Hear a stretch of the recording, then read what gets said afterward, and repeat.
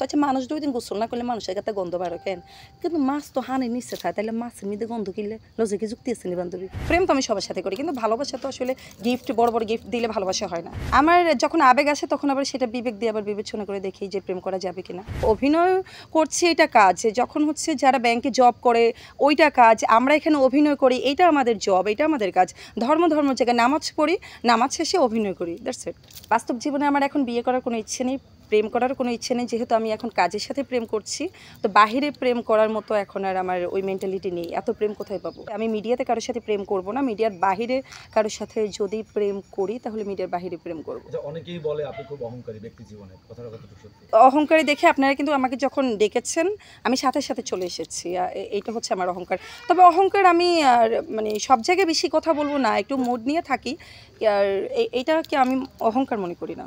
আচ্ছা, আপনার এই নাটকের সবথেকে মজার একটা ডায়লগ একটু দেন। না আগল নেই কোনো, এটা তো কমন ডায়লগ। বান্ধবী মাছের মধ্যে এত গন্ধ কিনলে রে। আচ্ছা এক কাম করা যায়, মাছ তো আচ্ছা মানুষ 2 দিন গোসল না করলে মানুষের কাছে গন্ধ বার কেন? কিন্তু মাছ তো হানের নিচে থাকে, তাহলে মাছের মধ্যে গন্ধ কিনলে লজিকে যুক্তি আছে নি বান্ধবী? লজিকে তো যুক্তি আছে।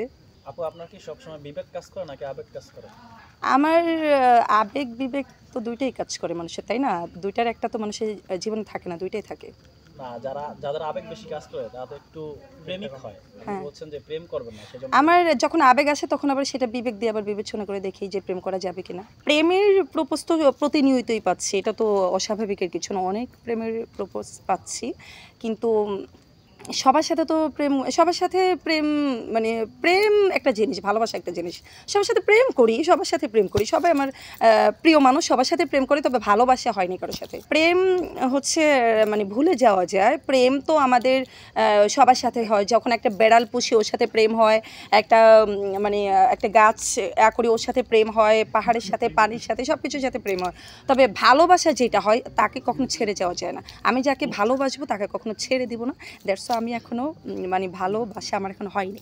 কত মানুষ আমাকে প্রেমের প্রপোজ করেছে এটা তো আমি গণিনি, অনেক হবে, এটা তো আমি এটা কাউন্ট করা যায় না। কেউ কি কখনো হাতে চিঠি লিখে প্রপোজ করেছে? হ্যাঁ করেছে, হাতে চিঠি লিখে না, চিঠি দিয়ে প্রপোজ করেছে, ফুল দিয়ে করেছে, আবার নাকফুল দিয়ে করেছে, আর পায়ের নুপুর দিয়ে করেছে। সেগুলো কি আসলে ফেলে দিয়েছেন নাকি যত্নে? আসলে না, ওটা তো নাকফুল তো ডায়মন্ড ছিল, ওটা আমি ফেলবো কেন? আর পায়েল তো স্বর্ণের ছিল, ওইটা ফেলবো কেন? গিফটগুলো গ্রহণ করেছেন কিন্তু প্রস্তাবটা গ্রহণ করেননি, এরকম কি হয়েছে? গিফটগুলো গ্রহণ করে তো ওকে আমি মানে প্রেম করেছি। প্রেম তো আমি সবার সাথে করি, কিন্তু ভালোবাসা তো আসলে গিফট, বড় বড় গিফট দিলে ভালোবাসা হয় না। আচ্ছা, প্রথম কবে প্রেমের প্রস্তাবটা পেয়েছিলেন? প্রথম প্রেমের প্রস্তাব জীবনে যখনই যাকে ভালো লাগে, জীবনে প্রত্যেকটা প্রেমের প্রস্তাবে প্রথম মনে হয় মেয়েদের কাছে।